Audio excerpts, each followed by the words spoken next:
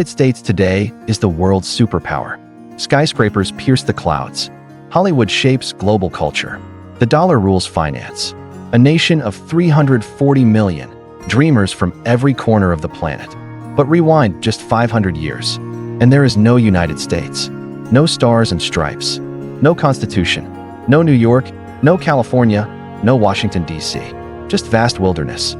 Hundreds of thriving indigenous nations with cities, trade routes, and empires of their own. Then came explorers, colonists, revolution, independence won in blood, slavery tearing the country apart, civil war, industrial explosion, world wars, Cold War victory, tech revolution, 9/11, and everything unfolding right now. Today we've brought it all back to life. You'll see the battles rage, the declarations signed, the marches thunder, the towers fall and rise again, as if you stood there.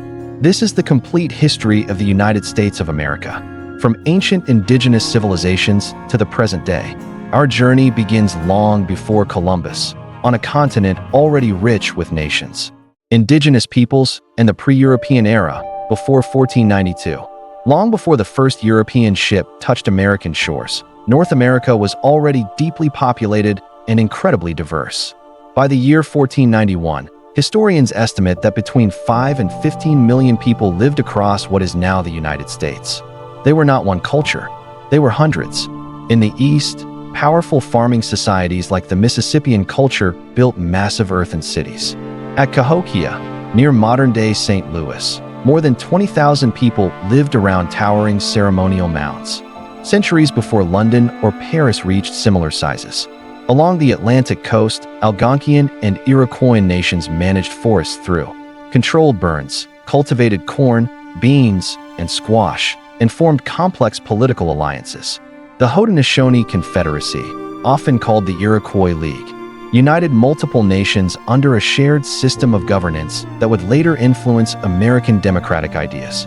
In the Southwest, the ancestral Puebloans built stone cities like Mesa Verde, carving homes directly into cliff faces.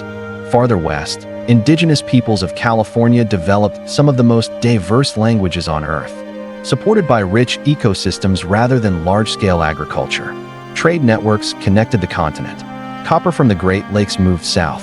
Shells from the Gulf Coast traveled inland. Ideas, technologies, and cultures flowed freely. This was not an untouched wilderness. It was a managed, inhabited, living world. But everything was about to change. European exploration and early colonization, 1492 to 1607. In 1492, an Italian navigator sailing for Spain, Christopher Columbus, crossed the Atlantic and reached the Caribbean. He never set foot on what is now the United States.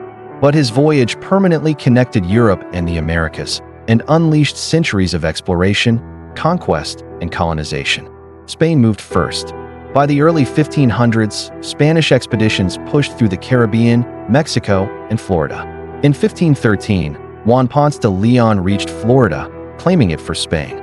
Spanish settlements soon followed, including St. Augustine, founded in 1565. The oldest continuously inhabited European settlement in the continental United States. France explored differently. French traders and missionaries traveled deep into North America via rivers, forming alliances with native nations rather than building large colonies.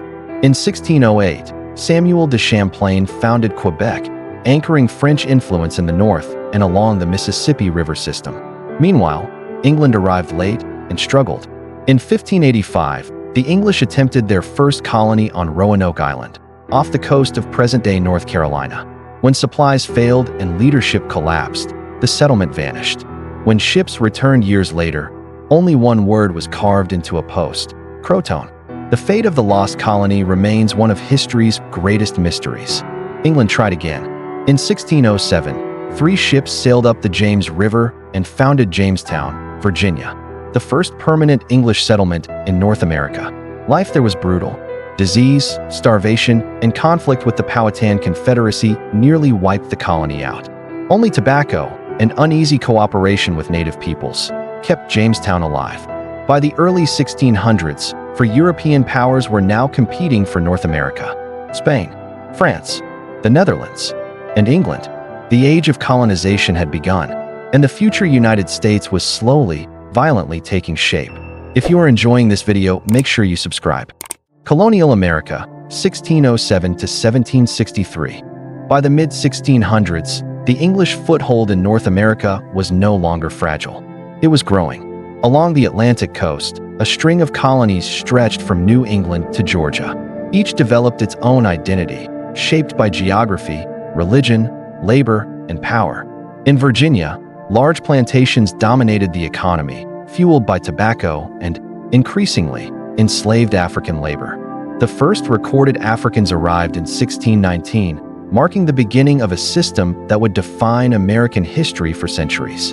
In New England, Puritan settlers built tightly knit towns centered around churches, schools, and town meetings. In 1620, the passengers of the Mayflower signed the Mayflower Compact, agreeing to govern themselves through majority rule, a radical idea for its time. Representative institutions slowly emerged. In 1619, Virginia established the House of Burgesses, the first elected legislative assembly in English America.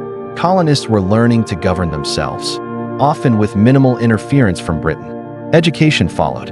In 1636, Harvard College was founded in Massachusetts to train ministers and civic leaders, becoming the oldest institution of higher learning in the United States. But colonial growth came at a cost. As settlements expanded, Native American lands shrank. Conflict followed, from the Pequot War in the 1630s to King Philip's War in 1675, one of the deadliest conflicts per capita in American history. By its end, indigenous power in New England was shattered. Meanwhile, Britain largely practiced salutary neglect. As long as colonies generated wealth, the Crown allowed them significant autonomy. Colonists grew used to running their own affairs, trading on their own terms, and seeing themselves less as subjects and more as Americans. That balance would not last. In 1763, Britain won the French and Indian War, defeating France and gaining vast North American territory. But victory came with crushing debt, and Britain expected its colonies to pay. American Revolution and Independence, 1763 to 1783. After 1763, everything changed.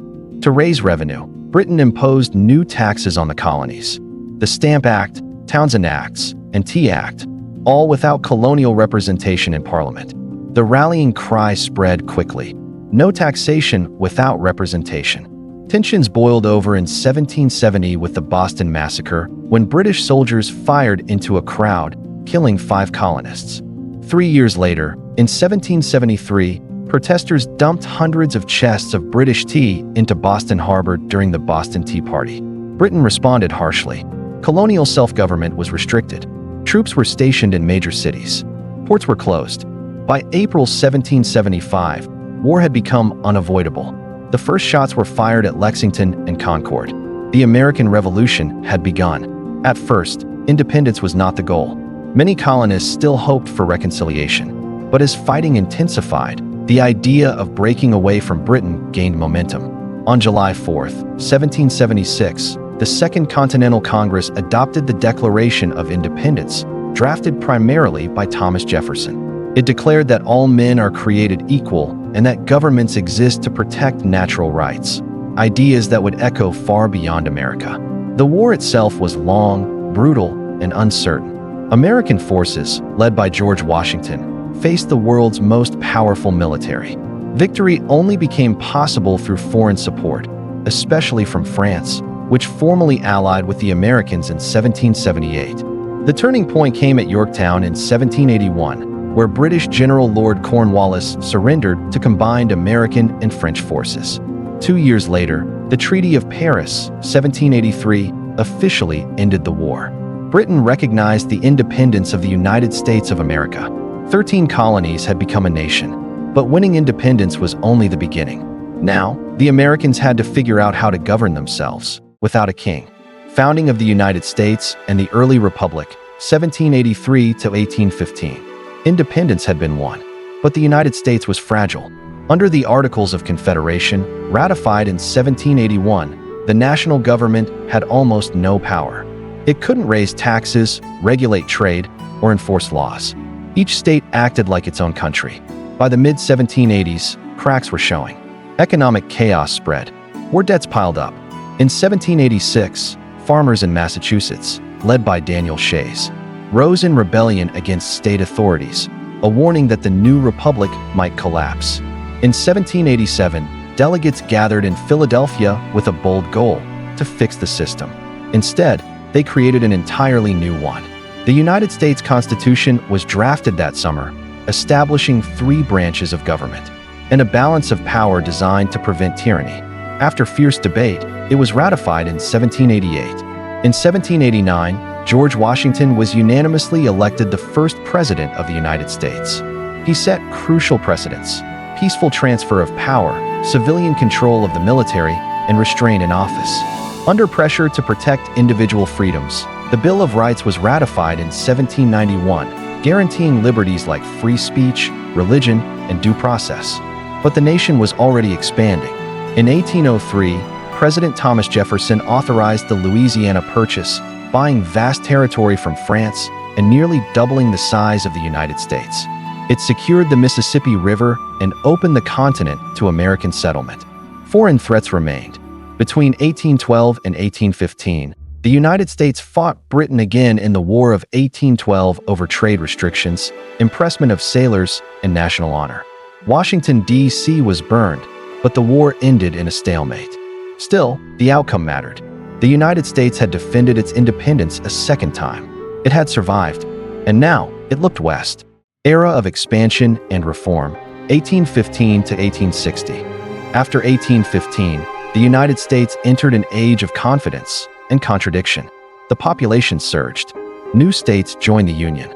Roads, canals, and railroads stitched the country together. The idea took hold that Americans were destined to expand from the Atlantic to the Pacific. This belief had a name: Manifest Destiny. In 1823, President James Monroe announced the Monroe Doctrine, warning European powers to stay out of the Western Hemisphere. The United States was claiming a dominant role in the Americas. But expansion came at a devastating human cost. In 1830, President Andrew Jackson signed the Indian Removal Act, authorizing the forced relocation of Native American nations from their ancestral lands in the Southeast. During the 1830s, tens of thousands were marched westward. Thousands died from disease, starvation, and exposure along what became known as the Trail of Tears, especially affecting the Cherokee, Creek, Choctaw, Chickasaw, and Seminole nations. Meanwhile, the nation grew richer and more divided. Industrialization transformed the North. Factories and cities expanded rapidly.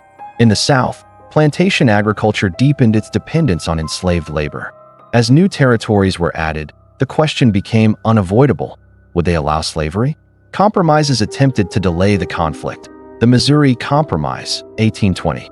The Compromise of 1850 and the Kansas-Nebraska Act, 1854, but each solution only intensified sectional tensions. By the late 1850s, violence erupted in places like Bleeding, Kansas. Political debate hardened into hatred. The nation was expanding, but tearing itself apart. The question was no longer if the Union would break, only when. Civil War and Reconstruction, 1861 to 1877. In November 1860, Abraham Lincoln was elected president. He had promised not to expand slavery into new territories, and for the southern slaveholding states, that was enough. One by one, they seceded from the Union. In February 1861, 11 southern states formed the Confederate States of America, electing Jefferson Davis as president. The war began on April 12, 1861, when Confederate forces fired on Fort Sumter in Charleston Harbor. The United States was at war with itself. At first, many believed the conflict would be short. It wasn't. The American Civil War became the deadliest war in U.S. history. Battles like Antietam, Gettysburg, and Shiloh left fields covered with the dead. Entire towns were destroyed. Families were torn apart. At its core, the war was about slavery, though framed as states' rights and sovereignty. In 1863, Lincoln issued the Emancipation Proclamation, declaring freedom for enslaved people in Confederate-held territory. It transformed the war into a moral crusade and allowed African Americans to fight for their own liberation. Nearly 180,000 black soldiers served in the Union Army. In April 1865, Union forces closed in on Confederate General Robert E. Lee. On April 9th, Lee surrendered to Ulysses South Grant at Appomattox Courthouse. The war was over. Days later, on April 14, 1865, Abraham Lincoln was assassinated. Peace came, but it was fragile. During Reconstruction, 1865 to 1877, the federal government attempted to rebuild the South and redefine American citizenship. The 13th Amendment abolished slavery. The 14th guaranteed citizenship and equal protection. The 15th granted black men the right to vote. For a brief moment, American democracy expanded, but resistance was fierce. White supremacist groups like the Ku Klux Klan used terror and violence to suppress black political power. In 1877, federal troops withdrew from the South. Reconstruction ended. Its promises remained largely unfulfilled. Industrialization and the Progressive Era, 1877 to 1917. After the Civil War, the United States entered a period of explosive growth. Steel mills rose. Railroads spread across the continent. Oil, coal, and factories transformed the economy almost overnight. Industrialists like Andrew Carnegie, John D. Rockefeller, and J.P. Morgan amassed enormous wealth. Cities expanded rapidly as millions of immigrants arrived from Europe and Asia in search of opportunity. But prosperity came with hardship. Workers labored long hours in dangerous conditions for low pay. Children worked in factories. Urban neighborhoods became overcrowded and polluted. Resistance grew. Labor unions organized strikes, from the Great Railroad Strike of 1877 to the Pullman Strike of 1894, demanding fair wages and safer conditions. Reformers pushed back against corruption and inequality. The Progressive Era, roughly 1890 to 1917, sought to regulate big business, improve public health, and expand democracy. Laws targeted monopolies. Food and drug safety standards were established. Women organized for political rights. In 1913, the 16th Amendment authorized a federal income tax. The 17th Amendment established the direct election of U.S. senators. By the early 20th century, the United States was no longer an emerging nation. It was becoming a global power. In 1917, as war engulfed Europe, the United States prepared to step onto the world stage. World Wars and the interwar period, 1917 to 1945. By 1917, Europe was engulfed in World War I. The United States had initially stayed neutral, but repeated provocations. Unrestricted submarine warfare by Germany, attacks on American ships, changed everything. In April 1917, President Woodrow Wilson asked Congress to declare war on Germany. U.S. troops, led by generals like John J. Pershing, joined the Allied forces, tipping the balance in Europe. By November 1918, the war ended with an armistice. America returned home victorious, but the peace was fragile. The Treaty of Versailles reshaped Europe, but the U.S. rejected joining the League of Nations, retreating into isolationism. The 1920s brought economic growth, jazz, and cultural transformation, the Roaring Twenties. Cities boomed, cars and radios became common, and new ideas about women, art, and culture flourished. But not everyone shared in the prosperity. Farmers and factory workers struggled, racial tensions simmered, and prohibition fueled crime. Then came the Great Depression. On October 29, 1929, Black Tuesday, the stock market crashed. Banks failed. Unemployment skyrocketed to 25%. Millions of Americans lost homes, savings, and hope. President Franklin D. Roosevelt responded with the New Deal, a series of programs to stabilize the economy, create jobs, and reform the financial system. Social security, labor protections, and public works projects transformed the nation. Yet the world was not at peace. By 1939, Europe erupted into World War II. After Japan's attack on Pearl Harbor on December 7, 1941, the United States declared war, joining the Allies. Soldiers fought across Europe, North Africa, and the Pacific. Major turning points included D-Day in 1944, the Battle of Midway, and the Manhattan Project, which developed the first atomic bombs. In August 1945, after bombings of Hiroshima and Nagasaki, Japan surrendered. The United States emerged as a global superpower, its economy intact, its military dominant, and its influence expanding worldwide. Cold War and Civil Rights Era, 1945 to 1975. Victory in World War II was only the beginning. By 1947, tensions with the Soviet Union escalated into the Cold War, a global rivalry of ideology, weapons, and influence. The Marshall Plan rebuilt Europe, the NATO alliance secured Western defense, and the arms race brought the threat of nuclear annihilation. Meanwhile, at home, Americans confronted deep inequalities.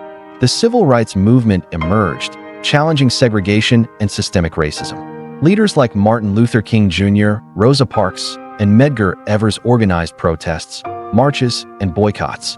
Landmark legislation followed: the Civil Rights Act of 1964 and the Voting Rights Act of 1965. The Cold War also drew the U.S. into conflict.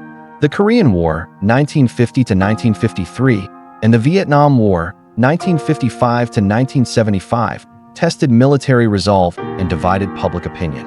Television brought the war into living rooms, fueling protest and political upheaval. Social change accelerated at home.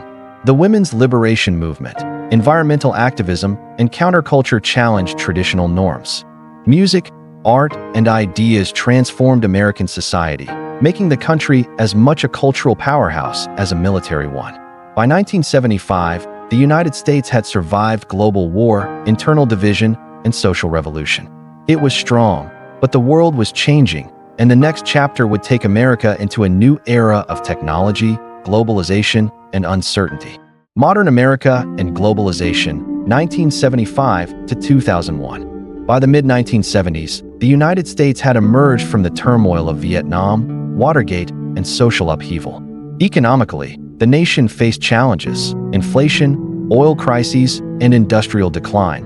But technological innovation was about to change everything. The 1980s brought the rise of personal computers, cell phones, and the beginnings of the internet. Cities transformed as finance, media, and technology drove economic growth. Wall Street boomed, and American culture, from Hollywood to music to fashion, dominated the globe. Meanwhile, the Cold War was winding down. In 1989, the Berlin Wall fell, symbolizing the collapse of communist regimes across Eastern Europe. By 1991, the Soviet Union dissolved, leaving the United States as the world's sole superpower. Globalization accelerated. Trade expanded. Corporations grew multinational. Immigration diversified the population further. American cities became mosaics of cultures: Korean communities in Los Angeles, Caribbean neighborhoods in New York, and vibrant Hispanic populations across the Southwest. The 1990s also saw major social and political shifts. The Americans with Disabilities Act, 1990. The North American Free Trade Agreement, 1994, and debates over technology, privacy, and the Internet's role in society. By the end of the century, the United States was wealthy, powerful, and connected in ways previous generations could barely imagine. But a new threat was looming, one that would redefine the nation's sense of security. 21st century, terrorism, wars, and technological change, 2001 to present. On September 11, 2001, the world changed. Terrorist attacks destroyed the World Trade Center in New York and damaged the Pentagon, killing nearly 3,000 people. The United States responded with a global war on terror, including invasions of Afghanistan, 2001, and Iraq, 2003. These conflicts reshaped international relations and dominated American politics for decades. At home, security and technology changed rapidly. Surveillance, intelligence agencies, and emergency preparedness became central to daily life. Meanwhile, the rise of social media, smartphones, and digital technology transformed communication, commerce, and culture. The 21st century also saw profound social change. Movements for racial justice, gender equality, and LGBTQ+ rights gained momentum. Political divisions deepened, climate change demanded attention, and the United States continued to navigate its role on a global stage. And that concludes our journey through the complete history of the United States of America. If you enjoyed stepping back in time, don't forget to like and subscribe, share this video with fellow history enthusiasts, and join us for more incredible journeys into the past. And right now, don't miss the video on your screen. It's another chance to witness history brought vividly to life. Thanks for watching, and we'll see you in the past.